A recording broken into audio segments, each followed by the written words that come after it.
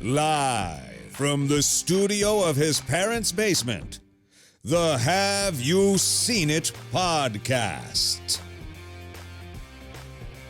Hello and welcome back to the Have You Seen It podcast. My name is Mason Ice. Sitting across from me is the one and only Cash Kraus. But before we begin, if you guys can please be sure to smash that like button, comment below, subscribe to the channel, and hit that bell notification as we drop videos here every single day. So with that said, Cash, how are you? Yes, how are Mason, you? I am doing great. We went on a little summer break there. Which Yeah, we a deserve little a break. We deserve We a do. break. You know what? In 5 years, that was the first legit vacation we took. Yeah, absolutely. I think we fucking earned it. But man, are we coming back for a heater? First off, summer has been pretty good as far as movies have been, for sure, right? This Great August, this year. though, dead. Not much. My God, they are worried about this August. Again, a good time to take a vacay. Yeah. Not a whole lot absolutely. going on. But yeah, this August is hurting theaters, man. They're like, it's insane that they didn't plan for anything to drop in August. Yeah, I know. But yeah, and there's not really any big movies up until like November or fucking. So theaters are sweating right now. They are. They're a They little are. They're nervous. like, we finally got them back. Now we don't have But anything before to then, play. we had a good run. June and July were really good. But man, we came back just in time for the big one. Yeah, we did. We started talking about this 5 years ago when this podcast first began. We did. Ironically enough, when the inception of the podcast was here, back in, 2016, like, Yeah. hey, did you hear? Prime Video got the rights to Lord of the Rings. We're like, well, shit, maybe we should start a film podcast and get ready for that. Had we had prepared better, we could have, because we have never reviewed the original Lord of the Rings. Crazy. Maybe after we Are done with this. yeah, we'll That'd get be fun. because we'll there'll be a hole in our hearts to fill. Exactly. And we're gonna need something. We even have a Lord of the Rings poster right behind me. I know, although I did Fellowship go of the back Ring. and rewatch the Lord of the Rings You got to do before the this. extended cut of each one. Oh, I did the extended cut. Yeah. Yeah, those are maxing fans. out at about $350 in a movie. Yes, they are. About Very 3 long. hours. And the last one, it's pushing 5. Yeah, it's Pushing 5. Turn of the King. Although I have recently heard that there's more deleted scenes that they wrote in, so I would pay to see an extended cut. As would I, yes. But yeah, those are crazy. If you have HBO Max, I would highly recommend those. It's a lot more story. Does it add to the better movie? No. No. Does it make a better movie? No. But if you are But are a they fan, fun? because it just gives you so much more information to the world. Yeah, And absolutely. it shows some characters that are in the books that were just like, this does not move the story along. There's no point of fucking. But they shot so much shit. Yeah. It's fucking crazy. But yeah, man, I got it just to be prepared. But we are here. Finally, it's happening.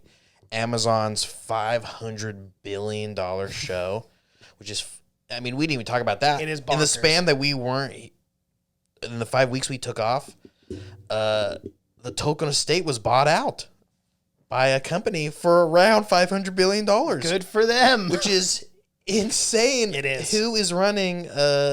I mean, it's got to be Bezos. Oh, Bezos has got Bezos the could have cash, thrown man. out a couple $100 billion more, and he could have bought the entire rights for everything. Yeah, he probably should have in hindsight. He just bought the show. Instead, he's like, penis rocket to space? It's insane. Instead, this other company, this Swedish company that's like a gaming company, bought out the rights for They bought out Middle Earth Enterprises, which was the state that the video games, TV shows, movies, Jeez. books, anything. They bought it out for roughly, I think it was like $495 billion. Wild.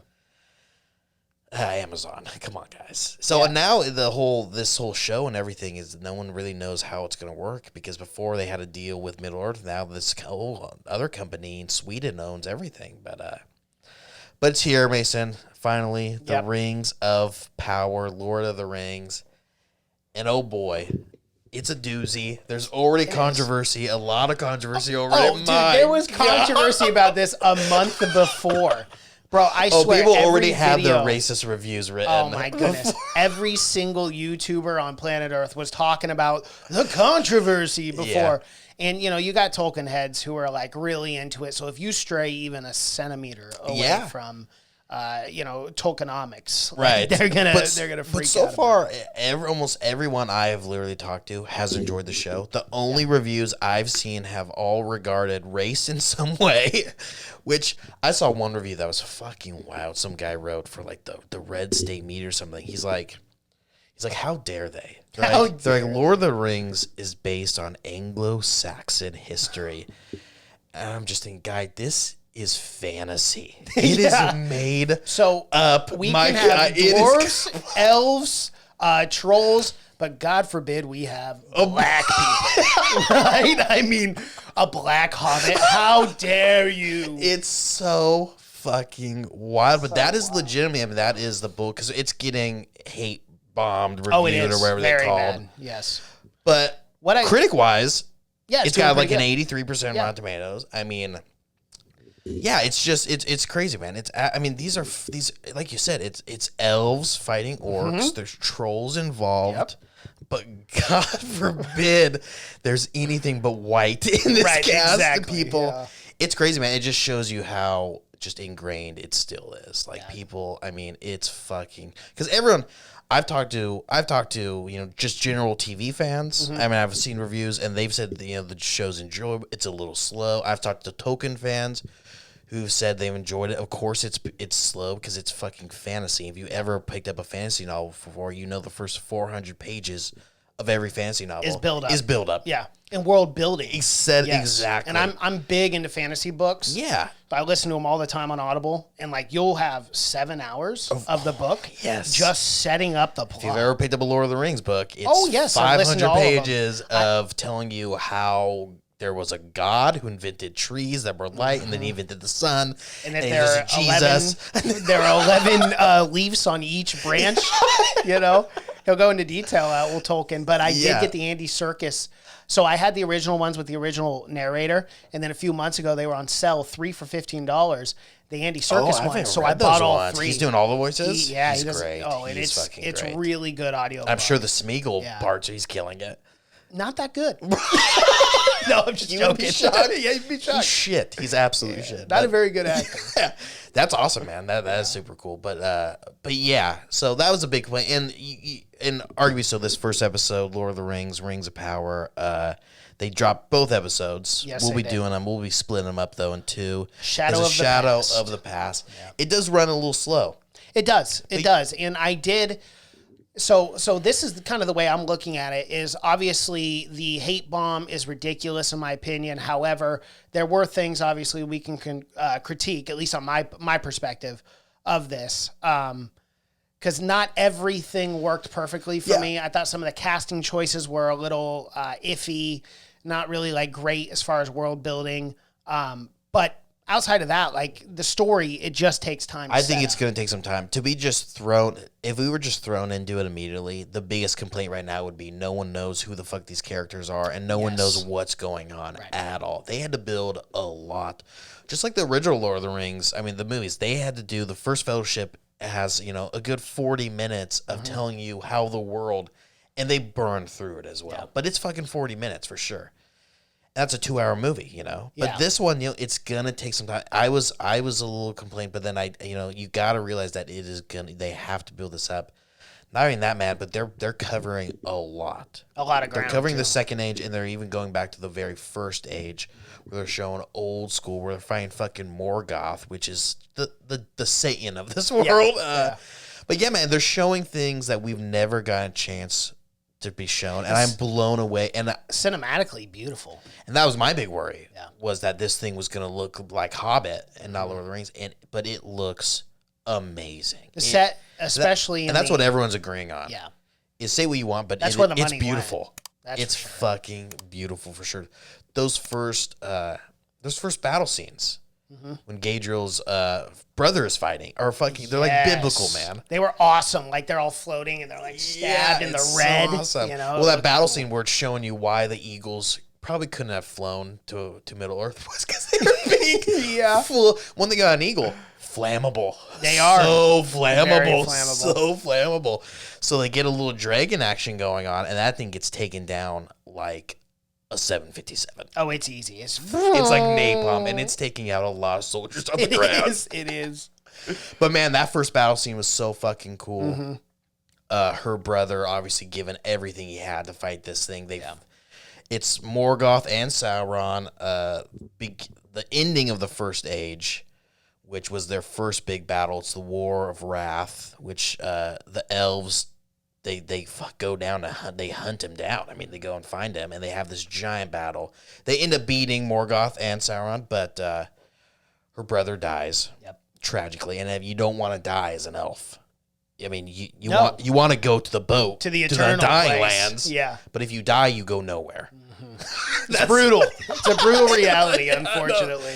And that's why elves are kind of envious of men, because dwarves go to this big hall. It's like Vikings, they go and they get to live out their lives, in like another. Elves, they have a physical heaven, and that's what we see at the very start, which is so fucking cool. It's Valinor, which we never get to see. It's essentially elf heaven. Yeah, they got the two big trees that are the light. It's something we never got to see. No one's ever seen it on screen, and it's pretty fucking well done. You got to admit. I did like the casting of Galadriel, I should say. Galadriel. Galadriel, whatever. Yeah.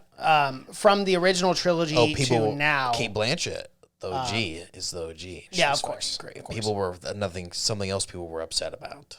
Yeah, I thought the similarities were close enough to where I was like, okay, this is believable.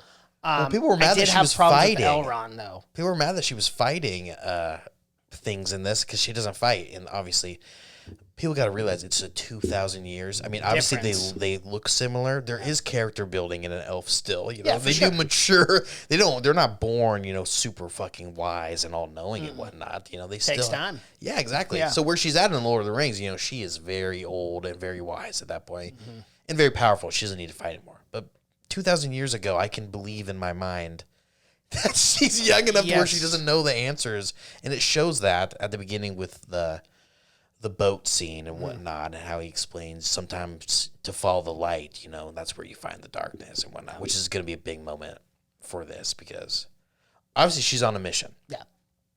She thinks that Sauron is still around. He's still kicking. But yeah, I like her so far. Yeah, I so think do she's I. doing a good job. And I do like the actor, Robert Aramayo, I believe is how you pronounce his name. He plays Elrond. I like the actor. I think he does a really good job, and I absolutely love his relationship with the dwarf. Yeah, and it's kind of reverse, which that's episode 2. Don't jump around too much. Whoopsie. But yeah, and that's kind of reverse where Elrond in this is more of a diplomat than we get at the start of Fellowship of the Ring, where he's with Isildur and he's fighting alongside with them. He's much more of just a talker in this. And Galadriel even talks about how he's become, a diplomat in this. So it's kind of interesting to see. But yeah, Elrond, man, he's like the Forrest Gump of Lord of the Rings. He's been involved in fucking everything that's happened in Middle-earth. I mean, we'll see at some point he will be involved in the making of the rings as well. Oh, absolutely. But Galadriel on this one, to recap a little, her brother died he died doing what he loved, which was hunting down evil. Oh, yeah. She's saying she's got to follow in his footsteps, so she's dragging like 12 elves to the fucking North Pole of Middle-earth. They hate it. They hate her, let's be honest. They can't stand her, okay? They don't want to be out there. No one believes that Sauron is still alive, but she's dragging them all fucking around. They're fighting fucking frost trolls, which they hate. One guy takes an ice cube to the head. Oh, and he's brutal. like, fuck this, I'm done, all right? And he's like, we're done here. We're done. We went to the edge of the earth. Like, I'm done fighting. There's nowhere else. And, of course, they find one little symbol of Sauron. that's still kicking, still fucking warm to the touch. And people are guessing what that emblem means. Some people are thinking it's a cruel drawing of Mordor that he's, prepping up for. Yeah. Something that's cooler is, dude, they're taking another aspect of the orcs here, where they're making orcs like boogeymen. They are. Because they're so rare they're creepy. At this time that they're really playing up the fear factor with them, and I love it. Yeah. They're not as well seen as in, the movies where they're fucking everywhere. They're like, people don't believe they exist anymore. I know. They're like, we haven't seen an orc in years. Yeah, I mean, hundreds of centuries. Yeah. So they find that one kind of burnt into the wall because they're like, it's cool. Also, because you were seeing like another thing is like there's orc scientists. Yeah. Where they are, they're experimenting shit. Yeah, I would say they're a little smarter back then than they are now in the Third Age. Yeah, well, someone invents fucking black powder in the Third Age, though. I don't know if that was an orc. That is true. That is true. But it's cool, man. I think we're seeing more of like like how orcs kind of operate in their world, and that there's a really cool scene when it's like when they show Sauron and he's in the cave and there's like thousands of orcs around him and whatnot. Yep. I always kind of think in the back of my mind that orcs kind of get a bad rep, you know. Orcs are the one species on site where if you see them, you got to kill them. Oh, for sure. Just assume there is an orc farmer out there. Just plowing his fields. Just wants to He's got a family, some orc children. He's done fighting, man. Oh, yeah. Because those guys are so fucking pure evil. That It's like the clone troopers, you know? There's a few of them. They just go out and just want to be farmers. they even got a worse rap because they were programmed to kill. I guess these orcs were invented for a real reason, to be evil and whatnot. But yeah, I love the look of them too, man. I was worried it was going to be all CGI. There's a lot of practical effect. Which... Thank you for that. Thank you. Yeah, for sure. Everything is CGI. And the CGI that is in this looks great. Great. The snow troll, looked really good. Battling them, looked really good. I know it was in the dark, but hey, it looked good. The sea creature looked good. Sea creature, and also pretty brutal. This one, you know, where I think we're getting a lot more blood and stuff, which a lot more from The Hobbit for sure, but Lord of the Rings because she chops that snow troll. She does. She cuts his jaw in half. Yeah, and a quick dagger to a quick dagger to the head, but shows what a badass she is for sure. But yeah, and also a good CGI was the sea monster. So what happens is pretty much Gadriel is the only one holding on to for this first age at this point, and all the other elves, the king in Lindon, which is the capital of the elves, is kind of like, look, she's got to go. She's got to go. She's old She's school. still saying that orcs are around. No one believes her. She's scaring everyone. Honestly, we're not happy about this situation. But yeah, they're like, she's like, they're not telling her that. They're like, big, good job out there. We're gonna send you to heaven. I mean, you're going to the eternal resting place. Exactly. So like, she's got to go because at one point I think the king says, you know, that she's harboring so much light that she will create her own darkness at some point. And not a good call, of course not, because as soon as she takes off, you know, things start rumbling around. They do. You get asteroids and whatnot. Yeah, of course, we didn't even talk about the Harefoots yet. We'll definitely get to that. But she goes, they take her to the Undying Lands, and it's a long trip. It is very ceremonial too. Oh my goodness! Something I appreciate about this one is thank God someone had the foresight to be like, let's throw a map into the cutscenes here and get us a little sense of like of where everything. I is. appreciate that way more than just fucking. That's what something Lord of the Rings could have done way more of. Yeah, was kind of show you like where because like how long are they taking to travel here? Like is it months? Is it years? It's like I would like to know a lot more. But they take her. She's right at the gates. They have to cross this big ocean, man. It's like the Pacific golden Ocean. lights. Yeah. Everything's good. She dips out. She does. Jumps, and my first thought is this bitch is going to swim back to Middle Earth. It's quite the swim, you know? It's a long fucking swim, but she ends up getting picked up, thank God, by some shipwrecked people. But that's pretty much how it ends. And pretty much what they tell her is if she doesn't go now, most likely she won't have another chance of going to the Undying Lands, which everyone is pining for those Undying Lands. Everyone wants to be there. That's the final goal. So that's the last we see of her is she is just Michael Phelpsing it. She is swimming, a long swim for sure. Yeah. But we get something super cool that we never get to see is we get some OG hobbits. These are Harefoots. These are one of three groups. There's three groups of hobbits. They all have like little different characteristics. They all came from one place. Then they all migrated. Eventually, they all kind of breed together, and we get a mix. But this is Harefoots. This is old school fucking Harefoots, man. These are old hobbits that people don't even know about right now. Because they find two hunters. And the hunters are like, you got to watch out for these guys. They're fucking evil. Coming out anywhere. They're like, I don't know what the slander of the hobbits has been, but these guys are like, you got to watch out, these fuckers. These little things will pop up. They'll murder your ass. Yeah. And they're like, so they're kind of scared of them. But the Harefoots, something cool we see in this episode is that they are much more in tuned to the earth and to Middle Earth, even more so than the elves, because their leader, immediately knows through the stars and everything that something is going on, that there's a lot of movement. And right now the Harefoots are they're nomads. They constantly move. They This is before the Shire. Yeah. They haven't even gotten the Shire yet, so they're constantly moving. But they know something's going on, and they They're look at very Sweden. They're very neutral. oh, for sure, Yeah. yeah, which is not what people think of them. No. People think they're little bastards, but they're really super cool. Yeah, they just want to chill. They just want to live. You know, they say humans have their grain, elves have their wars. But about 1 out of every 100 million hairfoot is a little inquisitive. They love to explore. Yes, because they most of do. the time these guys just like getting fat. They like to eat, and they live in little holes. They That's like to about it. sleep, and they're like, I mean, just my spirit animal in every way. But every once in a while, you get a get a an little Eleanor. Frodo or an Eleanor. or an Eleanor, and you get someone that's a little too inquisitive for her own good. yeah. And basically, she ends up finding a Starman.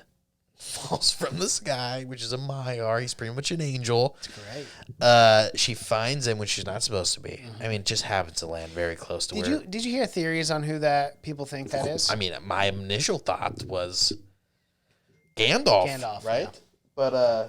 But yeah, it's way early for him to be showing up. No.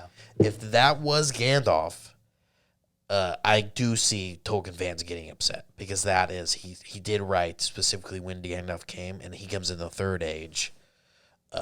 You know, Yeah, that's where you're gonna piss off the big time Tolkien fans. that's what I'm saying. That's Yeah. that's kind of a big thing. I could see other things where it's like we can take liberty. Yeah. But that's a big thing where he clearly said. A lot of people are saying it's possibly Sauron as well. That's a possibility. is But I thought that Rebirth. one, like the one like blonde kid.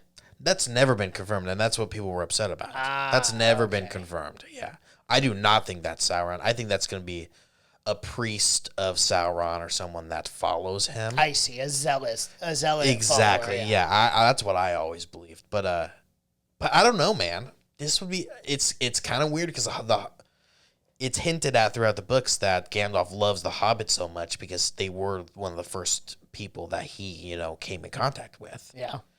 So they could have just retconned it and been like, "We're doing it now. It would We be got the fucking- rights to it." It would be fucking. It would be really wild. We'll see.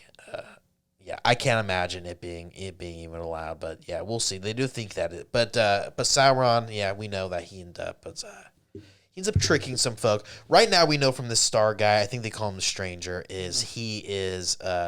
takes him a while to get his land legs. He does not know what's happening right no, now. he does not. Does not know communication. They threw him in the middle of it. You can tell he's got some powers though. Exactly, and similar powers to Gandalf as well. But of course, if he's there's angels and there's like angels' assistants, which is what the wizards are, and a bunch of other things. If he is that, he's going to be very powerful, regardless if he's a wizard or not. Right. So Yeah, I mean, we could just be looking at essentially a brand new character too. well, there's It doesn't have to and be there's Gandalf. so many Maiar. There's hundreds of Maiar. There's hundreds of Valar. I mean, Yeah. there's so many characters that could come by. Because every once in a while, the big god Eru, when things are getting bad, he'll send someone. That's how Gandalf came down. Is like Sauron was really getting powerful, and they're like, oh shit, men and elves need this guy to kind of combine them. Yeah. And he's always been kind of the diplomat of them. But that's the big mystery. Who is this fucker? I don't know. Is he good? Is he bad? Only time will He tell. keeps staring at the stars. Yeah, he does, and you think he's gonna blow up Eleanor's head God every damn, other he's- time. At this point, he needs to realize, help it Friend. out. Friend. Every time he sees her, I know. oh, you freak. Yeah. Like those hunters, Yeah, scared of these goddamn Very hobbits. There's scared. been some slander, and I don't like it one bit. I don't like it either. I don't like it. But yeah, I don't know. I thought it was really cool. I'm with it so far. Yeah, I mean, so far I have Like I said, there were some I've slow liked parts it. for sure. Yeah. I will say I'm trying my best to be as patient as possible because I do know, as we talked about a lot, it's world building. It's going to take some time to develop. There were moments, though, and I have to be fully transparent here, where I found myself kind of not paying as much attention as I should have, or just because it didn't really grab my attention at certain parts. So I'd have to be like, okay, hold on, I just missed 2 minutes. Well, there are scenes when hobbits and shit are frolicking, and like a lot of, and like there's scenes when Elrond is writing poetry at some Yes, point. yeah. And of course, but it's not gonna be nonstop action. Of course, there's gonna be lulls in between, and my only fear is you only have 8 episodes. Yeah. So how much world building can you do until you have to start really hammering down the story elements? Totally. Yeah. Because everyone wants to be Game of Thrones, clearly.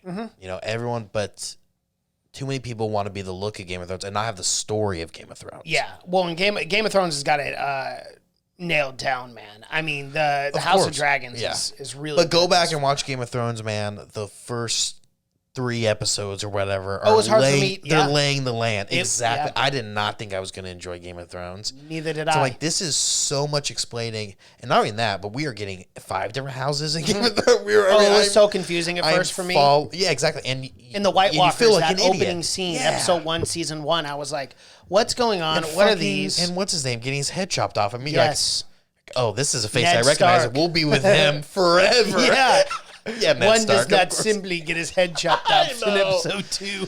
Of course, yeah, Boromir, which you got to know if you see Boromir in any movie, that guy's dying. No, he's dying right away. It's not a matter of if, but a matter of when. He's being typecasted, clearly. But yeah, so I mean, I'm with it, man. Again, almost everyone I've heard has enjoyed it. The only complaints are those fucking outliers of guys making 20 different accounts just to fucking hate bomb this thing. But that's the same. Unfortunately, with sci-fi and fantasy fans, that's something you're always going to get. You're going to get those hardcore Star Wars fans who do this nonsense. You're going to get these people from Lord of the Rings who do it. Again, I had minor issues with the first 2 episodes, but overall, found myself enjoying it. And you got to give it time. You got to give it time to develop. Absolutely, when the full season comes out, then I feel like I can really critique it. Of course. But as of right now, I'm kind of just on this journey. Sit back and until I enjoy see. the cinema for now. I mean, because it is amazing. One last thing we have to talk about is we totally forgot, but they go to the Southlands, which the Southlands are where all the men are, the men that aligned with Sauron. So everyone fucking hates these guys. It's pretty much Germany post World War II. No one can trust them. That's where we get the kid who finds the sword. Yep. This fucking guy. And there's always some character who just loves picking shit up he shouldn't. But and he's got the mom who's like the caretaker, and then we get the elf who's a black elf, and people don't like that. Yeah. But they are having a secret affair, whatnot, elven men, of course. And the big thing that happens is there's a farmer that brings his cow to help come see her, and he's like, "What's going on with this cow?" And they squirt the milk of the cow. It's pure blood. It's black.